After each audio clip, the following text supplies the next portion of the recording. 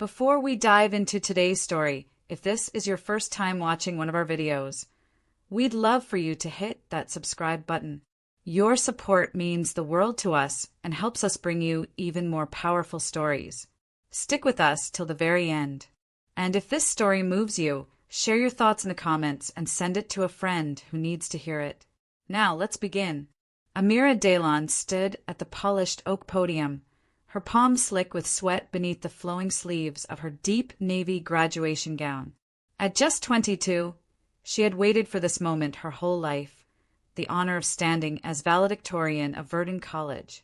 The grand hall shimmered with banners, cameras flashed, and applause still echoed from the last speaker. Her speech, carefully written, revised late into the night, sat in a folder on the podium. But hidden inside the folds of her gown was something else, something far heavier, a sealed envelope filled with papers she never imagined she would show to the world. Her gaze searched the crowd until it landed on her family seated near the front. Her mother, Laureen, sat with tears brimming, smiling through them. Beside her was Kai, her 17-year-old brother, fidgeting in a suit that looked slightly too big. And then, sitting stiffly with crossed arms, was Derek Dalon, the man she had called her father her entire life. His face was unreadable, but his eyes were sharp, cold, unyielding. Not the proud look of a father watching his daughter's triumph, but the look of a man at war with himself. Amira's stomach twisted. The weeks leading to this day had been anything but peaceful. While her classmates celebrated and took selfies under the spring blossoms, she had been sifting through boxes, chasing down signatures, and piecing together a family story that had been hidden from her for 2 decades. The master of ceremonies announced her name, and the hall erupted in cheers. Amira took a steadying breath and stepped forward, the velvet hem of her gown sweeping the polished stage floor. Just as she reached the microphone, a voice cut through the air like a whip. "She's not even my daughter." The words were spoken loudly enough to silence the cheers in an instant. Heads turned, whispers rippled, and the room froze. Amira's heart thudded so violently she thought the microphone might pick it up. Slowly, she turned toward the source of the voice. Derek had risen to his feet, towering over the front row, his expression a mix of rage and grim relief. Laureen gasped and grabbed his arm. "Derek, please," she hissed. But he shook her off as though her touch burned him. "No more lies," he said, his voice carrying across the auditorium. "I raised her like my own for 22 years, and this is how she repays me, with defiance, with disrespect." Gasps rang from the crowd. Some students stared in shock. Professors exchanged anxious glances. Kai's face turned pale as he looked from his father to his sister, stunned into silence. Amira gripped the edge of the podium until her knuckles ached. She could have run, could have let the moment pass, but her hand brushed against the envelope inside her gown. The envelope with the records. The proof. At the back of the hall, an elderly couple sat watching intently. Jonas and Mirren Hale, the grandparents Amira had only recently met. Their presence felt like both a lifeline and a challenge. She had a choice. Stay silent, keep the peace, and let the lies stand, or speak and risk everything. The dean of students stepped forward cautiously. "Miss Dalon," he said gently, "we can pause if you need." Amira straightened her spine, cutting him off with a quiet but firm "No. I'm ready." The room held its breath as she turned to the microphone, her notes untouched. "I was going to give a speech today about courage and integrity," she began, her voice trembling at first. "But it looks like the truth showed up on its own before I even spoke." Murmurs rippled through the hall. Derek's jaw tightened, his arms crossing defiantly. Laureen's mascara was already streaking her cheeks. "So let's talk about truth," Amira continued, pulling the envelope from her gown.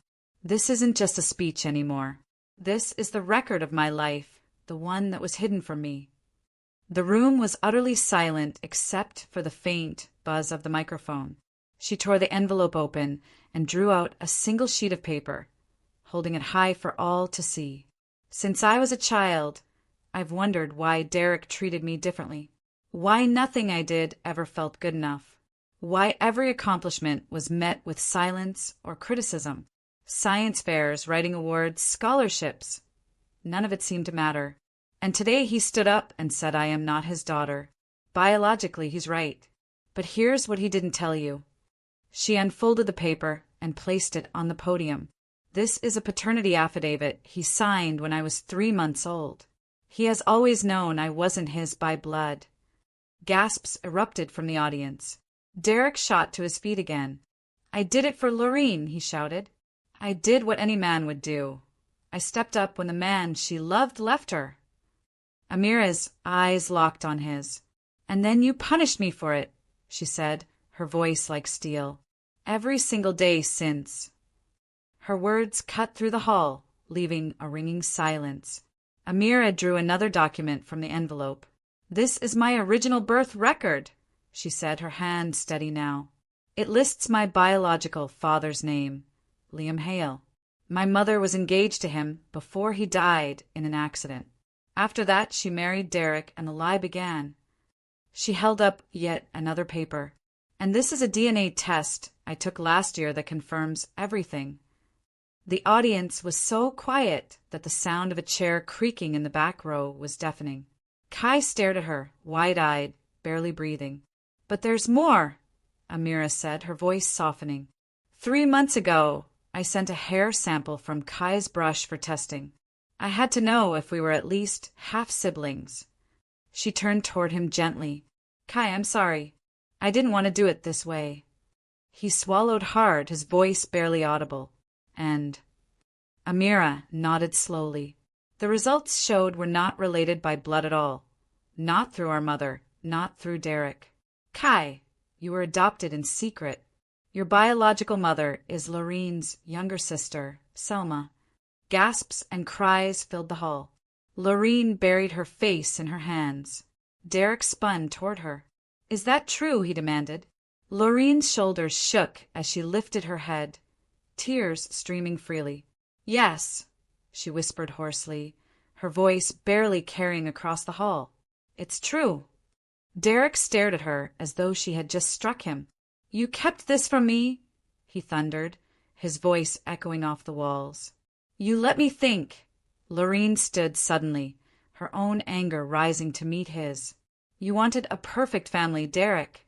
You wanted control, not love. I thought keeping the truth from you would make you stay, would make you treat both children the same. Derek's laugh was bitter, almost cruel.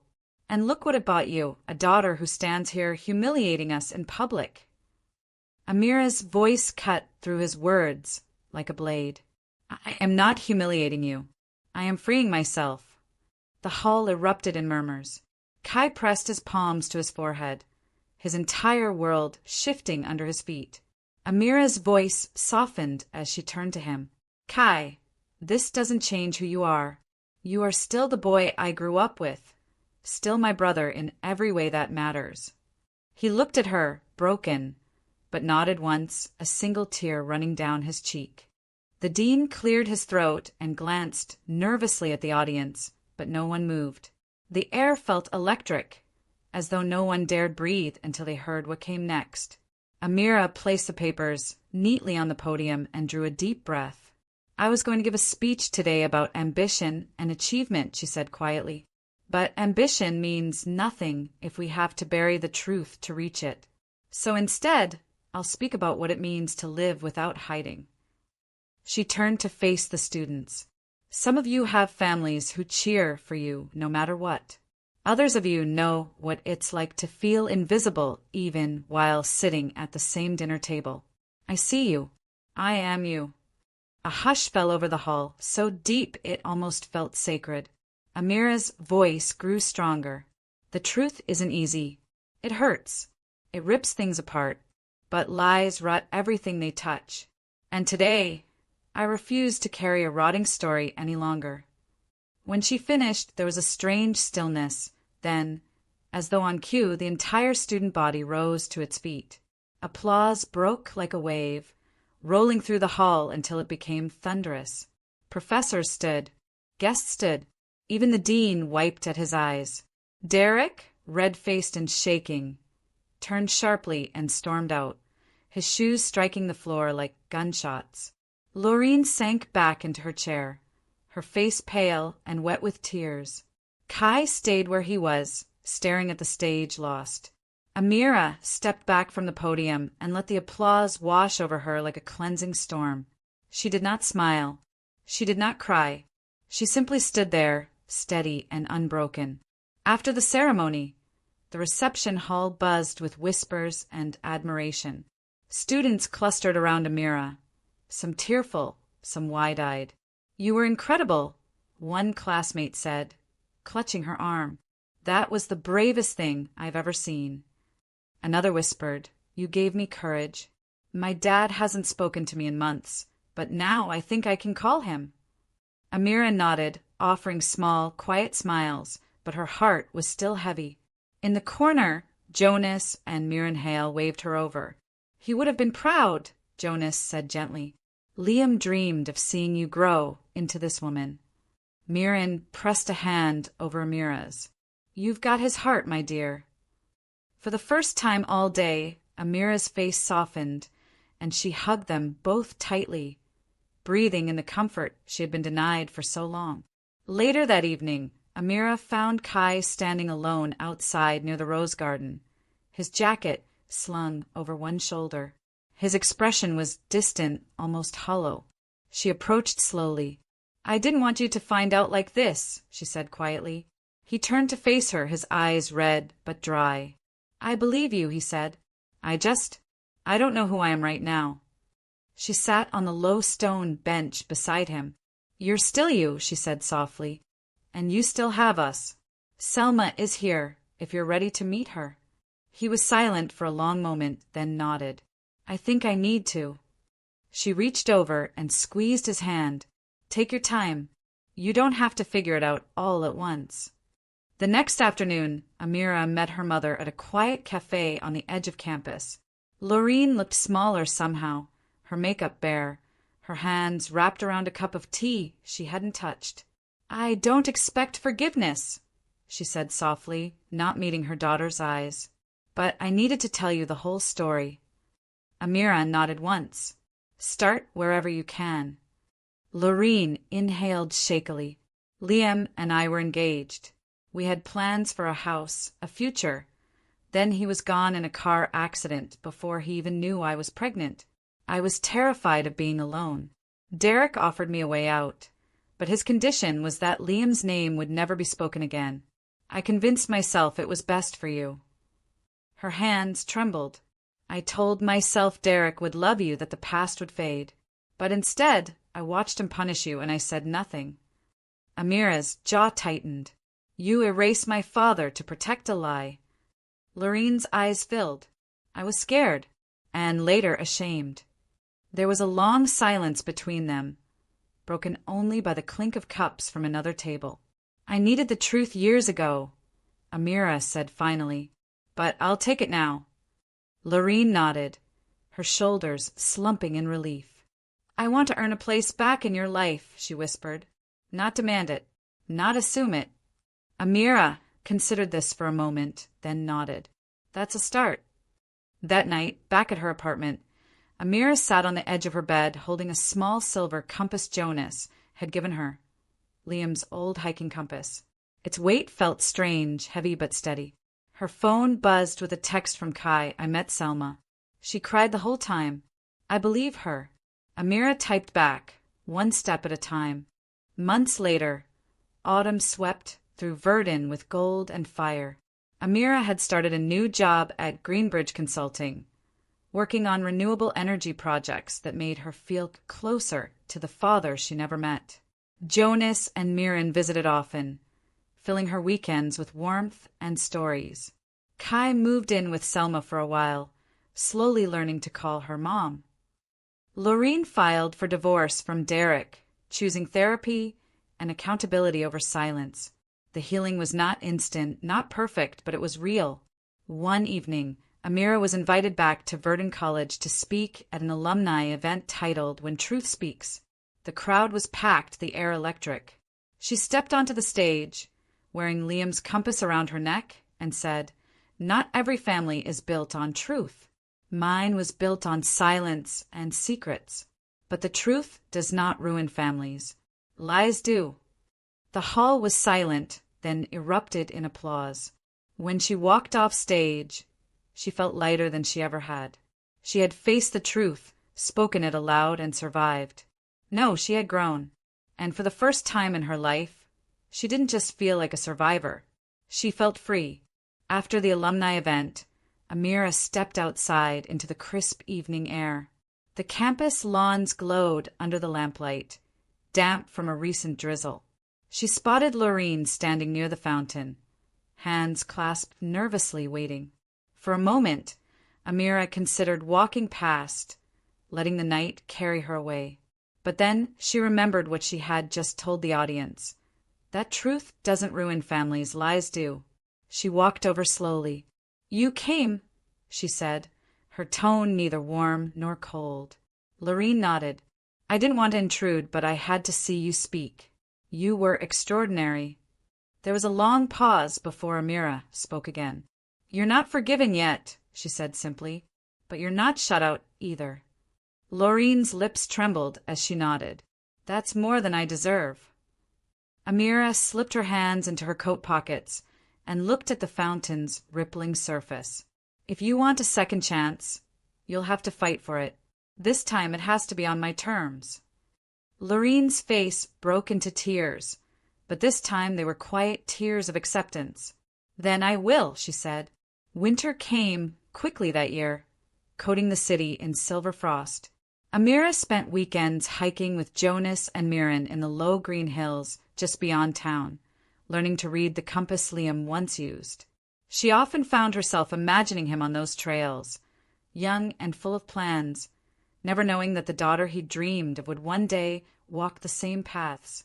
On one hike, Jonas stopped to catch his breath and said, "You know, Liam would have loved these moments. He believed problems looked smaller the higher you climbed." Amira smiled faintly. "Maybe that's why I feel lighter up here." Mirren squeezed her shoulder. "You are lighter. You're not carrying their secrets anymore." Those words sank deep. That night, she sat by her apartment window, writing in her journal for hours, filling pages with questions, forgiveness, and the outline of a life she wanted to build. One free of walking on eggshells. Kai's journey was slower, full of jagged edges. Some days he refused to answer Selma's calls. Other days he'd sit with her for hours, listening to the stories she had never been allowed to tell. One evening he called Amira. "Ask Selma about the river park," he said quietly. She said, "She was the one who pulled me out when I fell in as a kid, not Mom." His voice cracked. "I don't remember it, but I believe her." Amira smiled sadly on the other end of the line. "That's a start." Kai exhaled. "I think I want to stay with her for a while. Not forever. Just to see if we can be a family." Amira nodded, even though he couldn't see her. "Do it. You deserve to know where you come from." By spring, Lorene had moved into a small apartment downtown and filed for divorce from Derek. Their social circle buzzed with gossip, some sympathetic, others cruel. But Lorene didn't flinch. She started therapy, joined a women's support group, and even applied to finish her graduate degree in counseling. One evening, she called Amira. "I'm trying to change," she said softly.